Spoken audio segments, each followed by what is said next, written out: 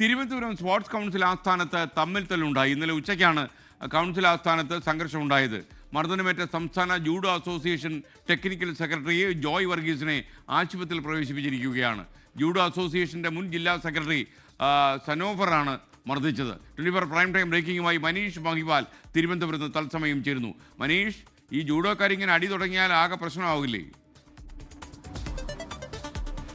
അതേ സ്കേൻ, സംസ്ഥാന sports council ആസ്ഥാനത്ത് തന്നെ ഇങ്ങനൊരു സംഭവം ഉണ്ടായത് ആകെ നാണക്കേടായി മാറിയിരിക്കുകയാണ്. ഇന്നലെ ഉച്ചയ്ക്കുണ്ടായ സംഭവത്തിൽ ഏകദേശം 10 മിനിറ്റോളം നേരം ഇവർ തമ്മിൽ സംഘർഷമുണ്ടായി, തമ്മിൽ കയ്യാങ്കളി ഉണ്ടായി. പിന്നീട് അവിടെ ഉണ്ടായിരുന്ന മറ്റ് സ്റ്റാഫുകൾ എത്തിയാണ് ഇവർ രണ്ടുപേരെയും മാറ്റിയതെന്നാണ് അറിയുന്നത്. ജോയ് വർഗീസ് പറയുന്നത്, ജോയ് വർഗീസ് സംസ്ഥാന ജൂഡോ അസോസിയേഷൻ്റെ ടെക്നിക്കൽ സെക്രട്ടറിയാണ്. ഇദ്ദേഹം മറ്റൊരു ജില്ലയിൽ നിന്ന് ഇന്നലെ തിരുവനന്തപുരത്ത് എത്തിയാണ്. ആ സമയത്താണ് തിരുവനന്തപുരം ജില്ലയിലെ ജൂഡോ അസോസിയേഷൻ്റെ മുൻ ജില്ലാ സെക്രട്ടറി സനോഫർ അവിടെ എത്തി ക്രൂരമായി മർദ്ദിച്ചു എന്നാണ് ജോയ് വർഗീസിൻ്റെ ആരോപണം. മുൻവൈരാഗ്യമാണ് ഇതിൻ്റെ കാരണമെന്ന് ഇയാൾ പറയുന്നു. പക്ഷേ എന്താണ് കാരണമെന്ന് നിലവിൽ പറയുന്നില്ല. ഇത് സംബന്ധിച്ച് കന്റോൺമെൻറ് സ്റ്റേഷനിൽ ജോയ് വർഗീസ് കൊടുത്ത പരാതിയിൽ കന്റോൺമെൻറ് പോലീസ് കേസെടുത്തിട്ടുണ്ട്.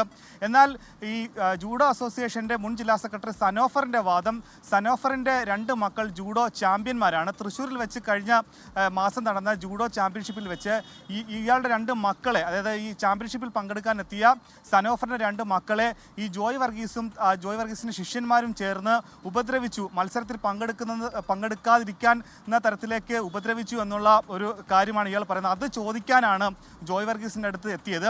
അങ്ങനെ ജോയ് വർഗീസ് തന്നെ മുഖത്തടിച്ചതിൻ്റെ പ്രകോപനമായിട്ടാണ് താൻ തിരിച്ചടിച്ചത്, തന്നെയാണ് കൂടുതൽ അടിച്ചതെന്നാണ് നിലവിൽ ഈ സനോഫർ പറയുന്നത്. 2 പേരെയും ആശുപത്രിയിൽ പ്രവേശിപ്പിച്ചു. സനോഫറിനെ തിരുവനന്തപുരം മെഡിക്കൽ കോളേജ് ആശുപത്രിയിലും ഒപ്പം തന്നെ ജോയ് വർഗീസിനെ തിരുവനന്തപുരത്ത് ഒരു സ്വകാര്യ ആശുപത്രിയിലും പ്രവേശിപ്പിച്ചു. അതിൽ സനോഫർ ഡിസ്ചാർജായി പോയി. നിലവിൽ ഇപ്പോഴും ജോയ് വർഗീസ് ചികിത്സയിൽ സ്വകാര്യ ആശുപത്രിയിൽ തുടരുകയാണ്. ഇത് സംബന്ധിച്ച് ഇത് അന്വേഷിച്ച് എന്താണ് സംഭവിച്ചതെന്ന് അറിയാൻ റിപ്പോർട്ട് കൂടി ആഭ്യന്തരമായി ആവശ്യപ്പെട്ടിട്ടുണ്ട്. സ്കെയിൻ,